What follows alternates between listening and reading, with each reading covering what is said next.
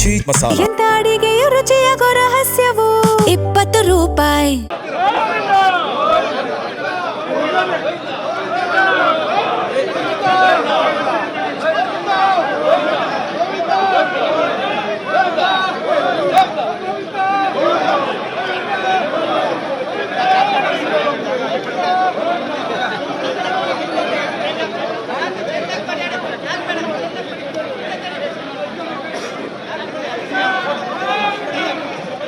Mobile ವಿಷಯ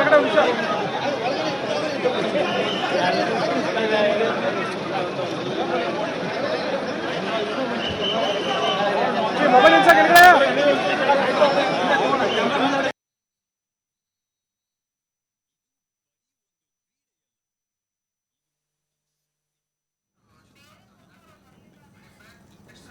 S, ನೀವು ದೃಶ್ಯದಲ್ಲಿ ಗಮನಿಸ್ತಾ ಇದ್ದೀರಾ, ಪಾರ್ಥಿವ ಶರೀರವನ್ನು ರವಾನೆ ಮಾಡಲಾಗ್ತಾ ಇದೆ.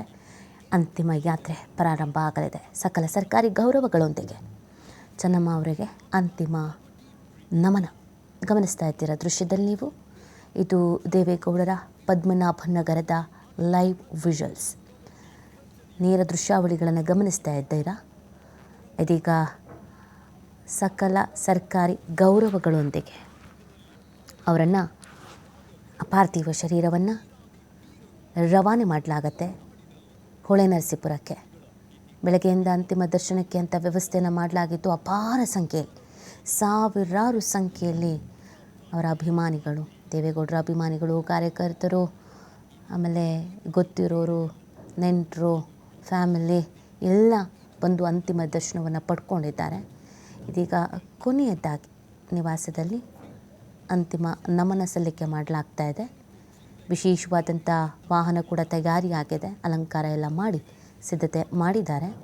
ಆ ವಾಹನದ ಮುಖಾಂತರವಾಗಿ by road Nelamangala, Kunigal, Bellur cross, Hirisave, ಹೀಗೆ ಹಾಸನ, ಹೊಳೆನರಸೀಪುರ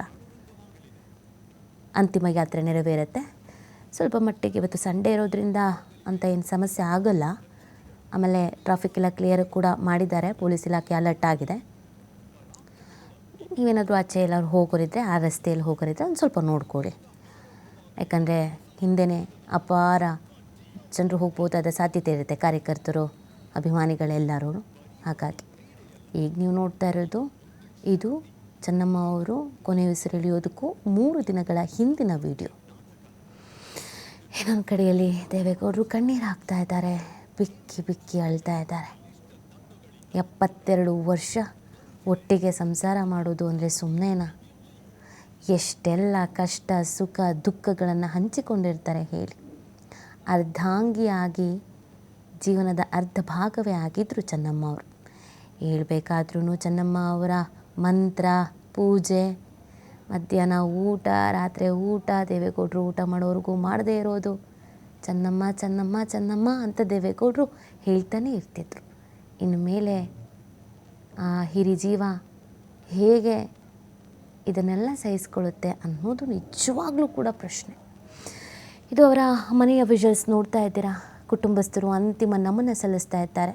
ಎಲ್ಲರೂ ಭಾವುಕರಾಗಿದ್ದಾರೆ. ಭಾವುಕ ಕ್ಷಣ ಇದೆಲ್ಲ. ಮಹಾತಾಯಿ, ಆ ತಾಯಿ ಇದ್ದಿದ್ದಕ್ಕೇ ಇವತ್ತು ಈ ಕುಟುಂಬ ಸಮಾಜದಲ್ಲಿ ಒಂದೊಳ್ಳೆ ವ್ಯಕ್ತಿತ್ವವನ್ನು ಕುಮಾರಸ್ವಾಮಿಯವರು ಮಾತಾಡ್ತಾ ಹೇಳ್ತಾ ಇದ್ರು. ನಮಗೆ ಇವತ್ತು ಒಳ್ಳೆ ಸಂಸ್ಕಾರ ಇದೆ ಅಂದರೆ ಅದು ನಮ್ಮ ತಾಯಿ ಕಲಿಸಿದ್ದು ಅಂತ. ಸಾಧನೆ ಮಾಡೋದಿದೆಯಲ್ಲ, ಅದಷ್ಟು ಸುಲಭ ಅಲ್ಲ. ಸಾಧಕರು ಇರ್ತಾರೆ ಆ ಮನೆಯಲ್ಲಿ ಅಂತಂದರೆ ಆ ಮನೇಲಿ ಇರೋರು ಅಷ್ಟೇ ಸಪೋರ್ಟಿವ್ ಆಗಿರ್ತಾರೆ ಅಂತ. ಆ ತಾಯಿಯನ್ನು ಕಳಿಸಿಕೊಡೋದಿದೆಯಲ್ಲ, ಚಿರನಿದ್ರೆಗೆ ಜಾರಿರುವಂಥ ಚೆನ್ನಮ್ಮ ಅವರನ್ನು, ಇದು ತುಂಬ ದುಃಖದ ಸಮಯ, ಮನಸ್ಸು ಭಾರ ಆಗೋ ಸಮಯ.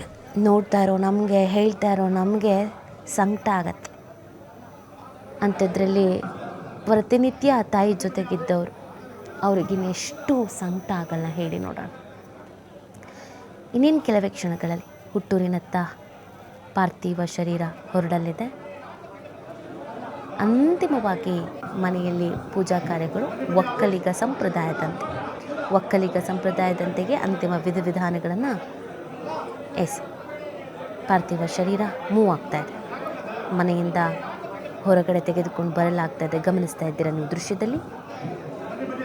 ಇದೀಗ ಹೊಳೆ ನರಸೀಪುರಕ್ಕೆ, ಇಲ್ಲಿಂದ ನೇರವಾಗಿ ಹೊಳೆ ನರಸೀಪುರಕ್ಕೆ ರವಾನೆ ಮಾಡಲಾಗತ್ತೆ. ಯಾವುದೇ ಕುಂದುಕೊರತೆ, ಸಮಸ್ಯೆ, ಗೊಂದಲ ಏನೂ ಆಗಬಾರ್ದು ಅಂತ ಪೊಲೀಸ್ ಇಲಾಖೆ ಅಲರ್ಟ್ ಆಗಿದೆ. ಕಂಪ್ಲೀಟಾಗಿ ಕೆಲವೊಂದಷ್ಟು ರೋಡ್ಗಳನ್ನು ಬ್ಲಾಕ್ ಮಾಡಿದ್ದಾರೆ, ಬೇರೆ ವ್ಯವಸ್ಥೆಯನ್ನು ಮಾಡಿದ್ದಾರೆ, ಬದಲಿ ಮಾರ್ಗದ ವ್ಯವಸ್ಥೆ ಮಾಡಿದ್ದಾರೆ. ಸೊ ಈಗ 12:30, ಈಗ ಪದ್ಮನಾಭನಗರದಿಂದ ಹೊರಟ್ರೆ ಹೊಳೆ ನರಸೀಪುರ 4 ಗಂಟೆಗೆ ರೀಚ್ ಆಗಬಹುದಾದ ಸಾಧ್ಯತೆ ಇದೆ.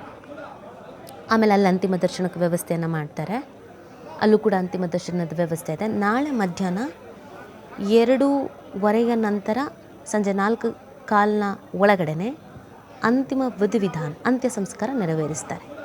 ಈಗ ಸೀದಾ ನೇರವಾಗಿ ರೇವಣ್ಣನವರ ನಿವಾಸ, ಎಚ್ ಡಿ ರೇವಣ್ಣ, ಚೆನ್ನಮ್ಮ ಅವರ ಮುದ್ದಿನ ಮಗ, ಮೊದಲ ಮಗ, ಪ್ರೀತಿಯ ಮಗ, ಅವರ ಮನೆಯಲ್ಲಿ ಅಂತಿಮ ದರ್ಶನಕ್ಕೆ ವ್ಯವಸ್ಥೆ ಮಾಡಿದ್ದಾರೆ. ಅಲ್ಲಿಂದ ನಾಳೆ ಮಧ್ಯಾಹ್ನದ ನಂತರ ಅಂತ್ಯ ಸಂಸ್ಕಾರದ ಜಾಗಕ್ಕೆ ಮೃತದೇಹವನ್ನು ತೆಗೆದುಕೊಂಡು ಹೋಗಲಾಗತ್ತೆ. ಹಾಸನದಲ್ಲಿ ಎಲ್ಲ ಕಾಯ್ತಾ ಇದ್ದಾರೆ. ಚೆನ್ನಮ್ಮ ನಮಗೆ ಗೊತ್ತಿರೋರು, ಅಯ್ಯೋ ನಮ್ಮ ಮನೆಗೆ ಬಂದಿದ್ದರು, ಅಯ್ಯೋ ನಮ್ಮ ಮದುವೆಗೆ ಸಹಾಯ ಮಾಡಿದರು, ನಮ್ಮ ಮಗಳು ಮದುವೆಗೆ ಸಹಾಯ ಮಾಡಿದರು, ಮಗನ ಎಜುಕೇಷನಿಗೆ ಸಹಾಯ ಮಾಡಿದರು, ಕಷ್ಟಕ್ಕಾಗಿದ್ದರು, ದೇವಸ್ಥಾನ ಮಾಡಿಸ್ಕೊಟ್ರು, ಸ್ಕೂಲ್ ಮಾಡಿಸ್ಕೊಟ್ರು. ಚೆನ್ನಮ್ಮ ಅವರನ್ನು ಹಾಡಿ ಹೊಗಳುವವರು ಹಾಸನದಲ್ಲಿ ನೀವು ಮಾತಾಡಿಸ್ಬೇಕು.